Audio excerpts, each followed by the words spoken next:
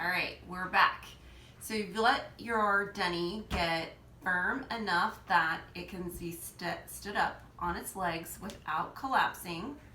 We've smoothed it out and we have let them dry like this. So now we're ready to score our dunny and put them together. So I'm going to take the fork and I'm going to score it. So remember, the scoring kind of acts like a zipper, and I want my two pieces to be joined together. So we're not going to do little delicate scores, we're going to score it nicely. Now the slip we made is a nice consistency. You can see that it's kind of like yogurt. We're going to take it, and if you want to apply it with the fork, that's good. So put a little slip on there. Make sure you get enough. You remember, this is your glue. So you want to use it like that. Too much and it gets too squishy. Not enough and it's not going to stick together. So we're going to just put it on there all the way around on both sides.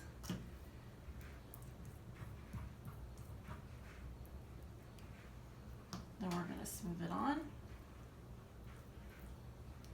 And then we're going to join our two pieces together. And we're going to fit them together, and I'm going to use my spoon kind of like I would use my wooden thumb. So make sure when you get in there that your seam is disappearing, and if you need to go over it a couple times, we can also fill it in with some clay.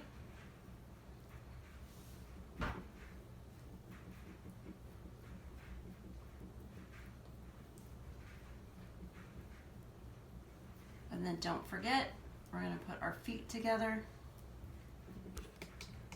and we're going to be venting these with our pencil. So get in there, and then I'm going to try this knife to finish smoothing that seam together. And this is the first time I've used these tools to do this, so we are all learning together. I'm going to take a little bit of this clay. I'm going to make a coil. And since this kind of made a depression along here, I'm going to fill it in. That'll help make sure that seam is nice and put together, and I'll get rid of that dent. Then I'm going to use my spatula, and I'm going to smooth it.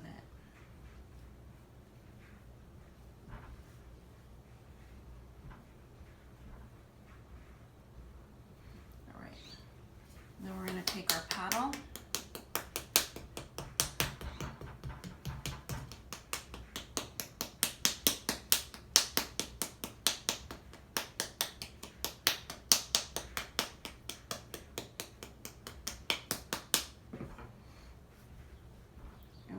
Going to continue working on making sure our shape is correct.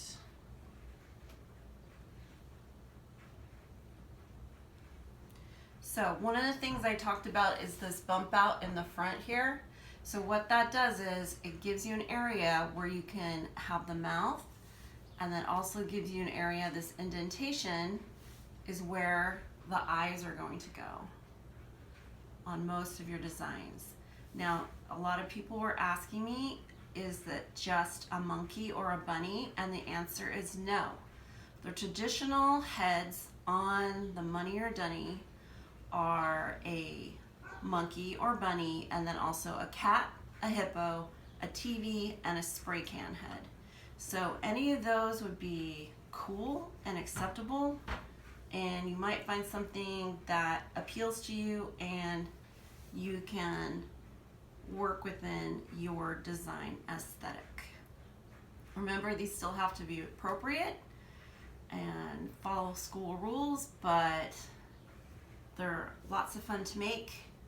And as this body is coming together, now that we have our indentation for the mouth, now we're going to work on the legs. So you're going to take your fingers You're going to circle them and you're going to squeeze them.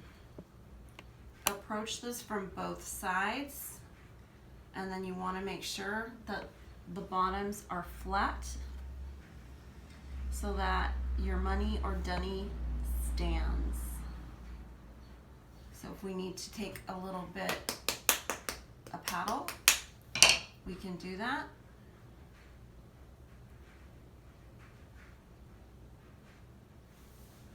And don't rush this process. Make sure you really get the form nailed, the feet flat and even. If you get a little curl on the front or back of them, make sure you squeeze that and get rid of it and smooth it out, because that also adds to the wobble.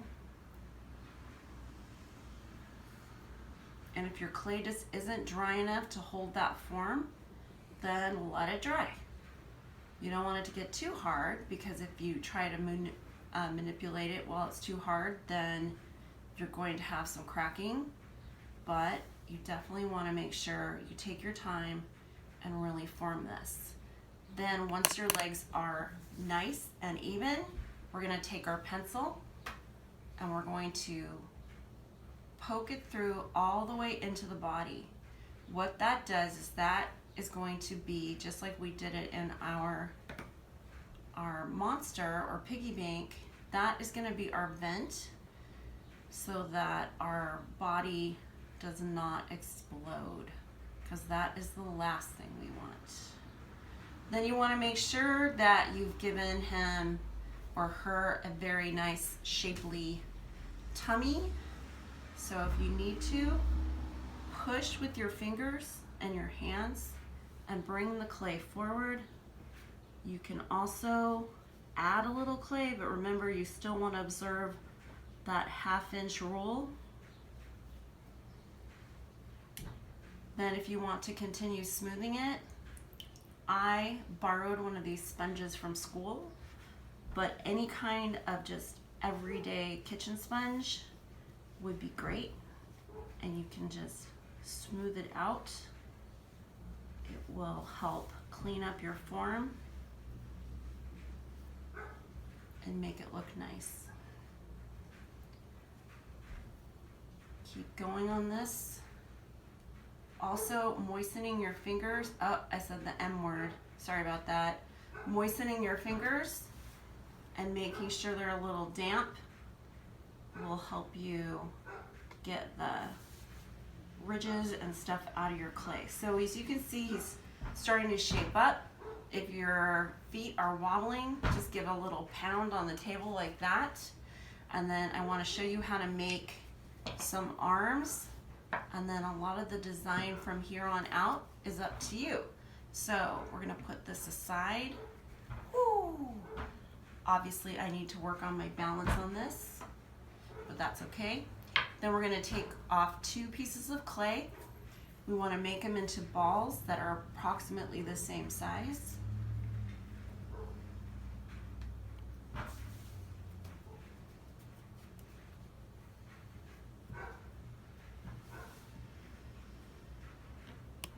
All right. Then we're going to take the clay.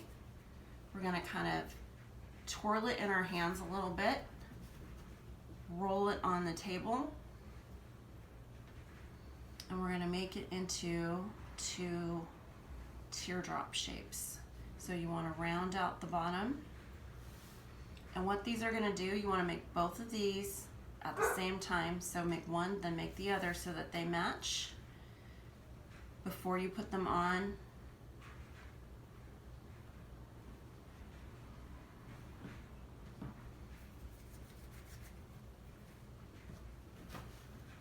Hard to roll on this table with this cloth on here.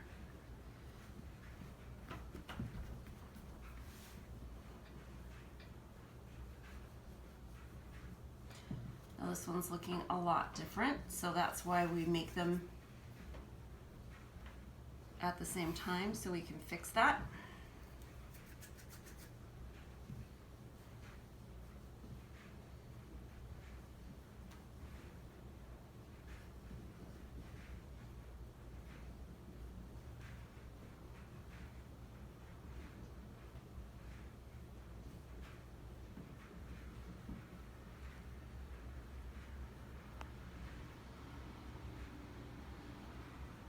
So I'm just taking my fingers and rounding out the bottom. And then we want to lay them next to each other, make sure they're the same. And then we're going to check them for size.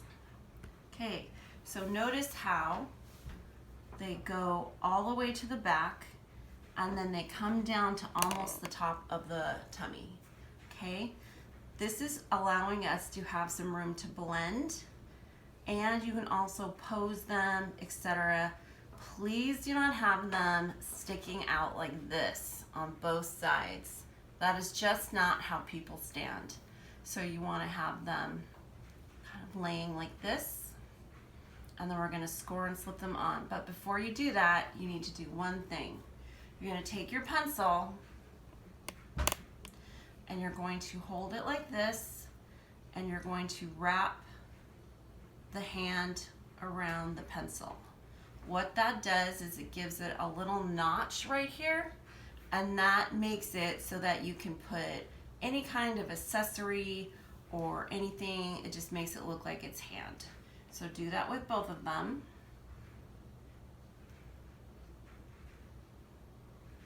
Okay, so you have your two matching hands, and then we're going to score it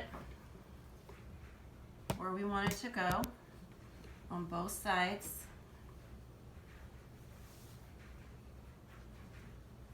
And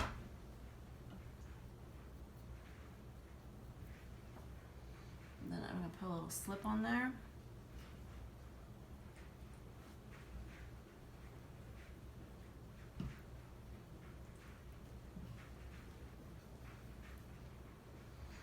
And then I'm going to lay that along the edge. And I'm going to get in there with my knife, and I'm going to blend that together on both sides so that you can see that they are one complete cohesive form. I'm going to make sure the shoulder is blended in as well. Then I'm going to take a paintbrush, I'm going to dip it in a little water, and I'm going to run it along the dunny to smooth out that seam and blend it in. This will make sure that your dunny arm stays put and that it is not going to go anywhere, because the last thing you want is for it to fall off. All right, eyes, you can just go like this. Makes great eyes, or if you have a character that you want to develop, that's a great way to do it too. This is pretty much it. You have a lot of variety in how you can decorate it, and I think you are going to be good to go from this point on.